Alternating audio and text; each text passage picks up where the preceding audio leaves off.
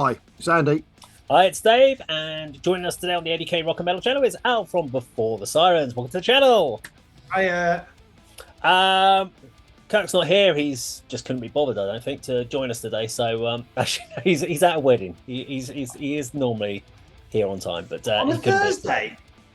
Yeah, he's away for a few days, so he's just taking a skive off work, I think it is. Today's video, we're going back to check out a band called The Warning.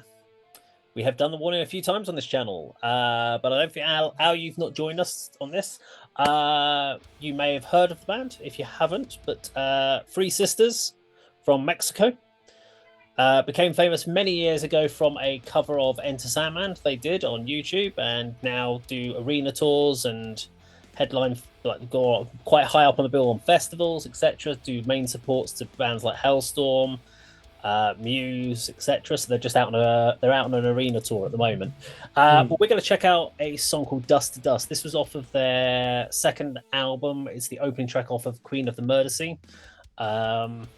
This is from last year, I think it was, from a live concert they did. So I thought it'd be a good one for us to check out and share your thoughts. Now, this is a review and breakdown, so we do pause it and stop and chat throughout the video. So obviously, if you just do want to just watch the video from start to finish, go and watch the video from start to finish. Just, we're not going to be doing that.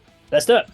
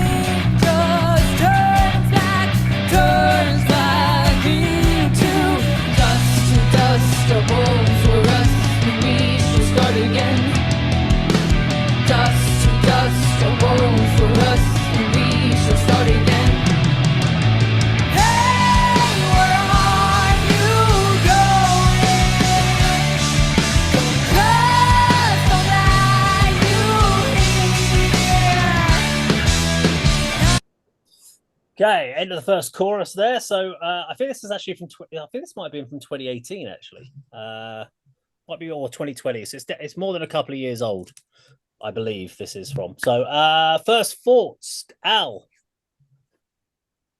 Okay. I had about half a second there. I was still processing. Okay, fair enough. First, they are super talented. I didn't realize until obviously she started that the drummer was going to do the verse line singing. It took me a little while, I must admit, because the bass solo at the beginning was a bit kind of a bit nothingy for me, if I'm honest. Yeah. And then she started playing, and then of course everything came in fairly quickly after that. I think what I'm enjoying most about it is the structure is sort of the sort of vague, like, sort of prog elements. There's a little bit of a sort of Tool vibe to the instrumentation underneath. But the vocals were almost sort of delivered in a sort of almost like traditional rock pop, like pop rock kind of format. There's a bit of a minor key going on there, but you understand where it's going. And then I definitely didn't expect a three-way harmony before the chorus. I really enjoyed that. So what are we about? I can't see at the bottom there, about a minute and a half through. So about a third of the way through.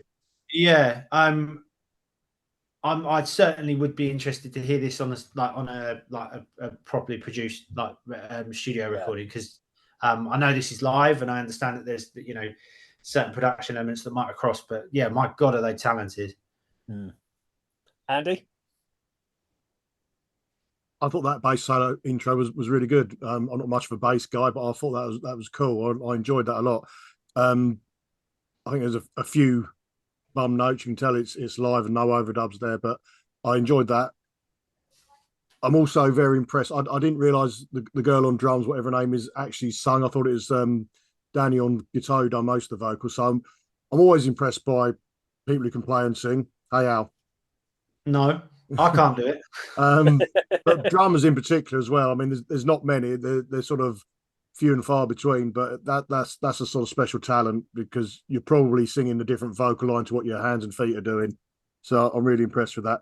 What I wasn't impressed with is I don't know how professional this video recording is, but the camera cuts aren't great. I mean, what's the lady on drums called? When she stopped singing and somebody else did, the camera was still on her, and then we come back to this long shot, and we didn't really see who was taking over the vocals. So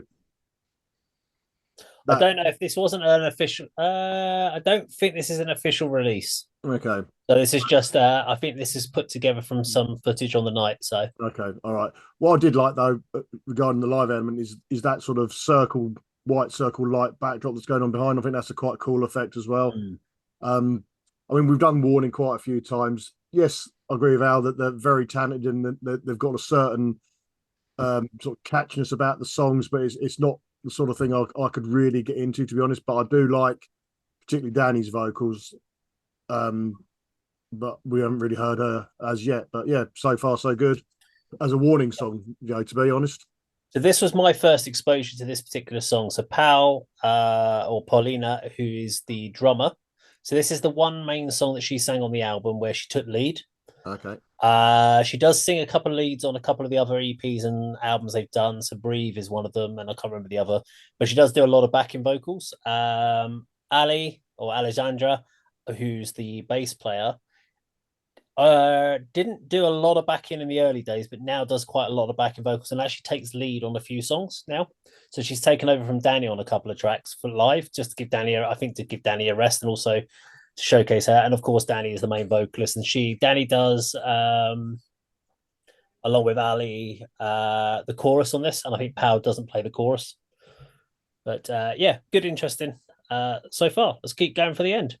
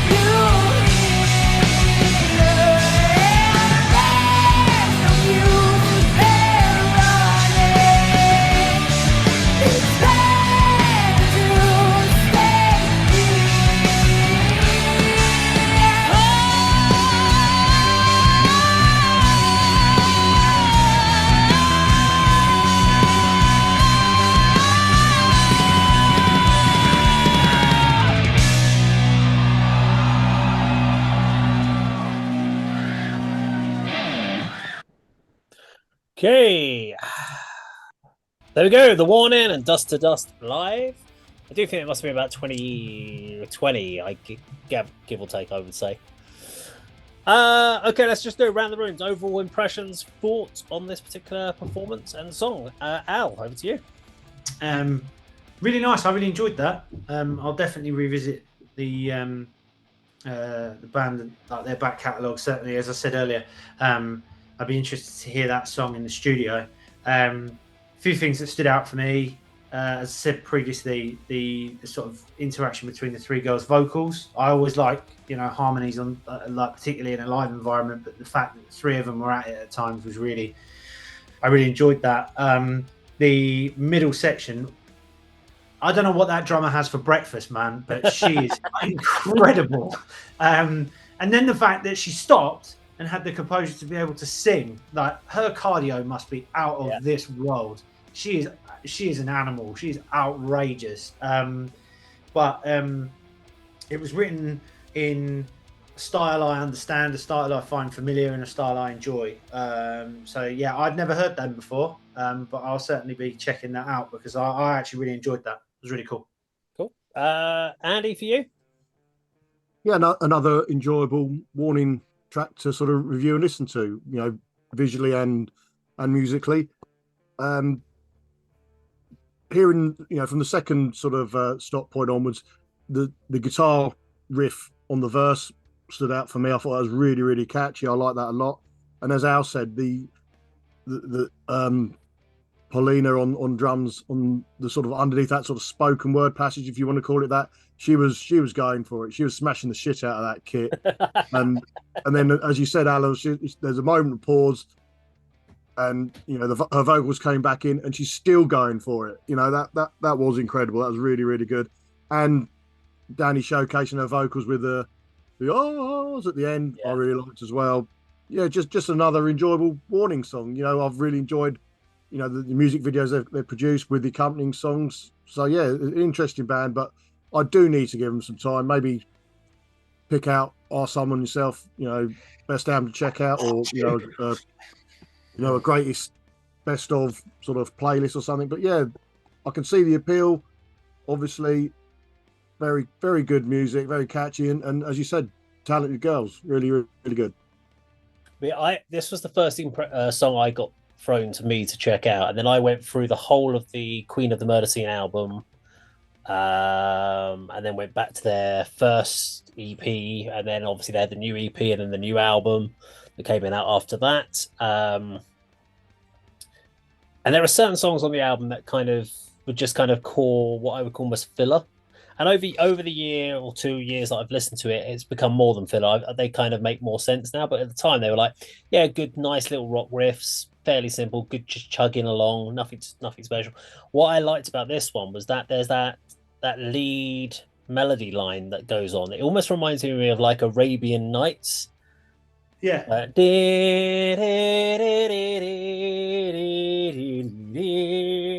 Makes me think of like Aladdin and Arabian Nights, and that kind of mentality goes through my head. And I think that's just adds a whole different texture to a standardized rock track, that constant melody that just flows all the way through it.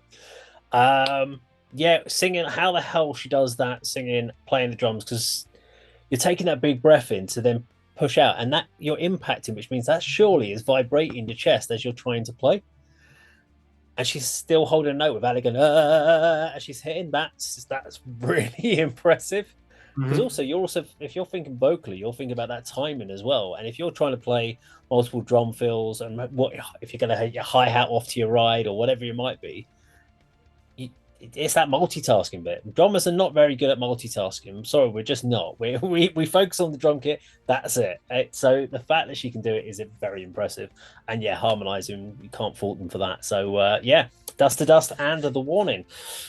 Now, if you like this video, please do like, share, and subscribe. And we'll see you on another video sometime very soon. Take care.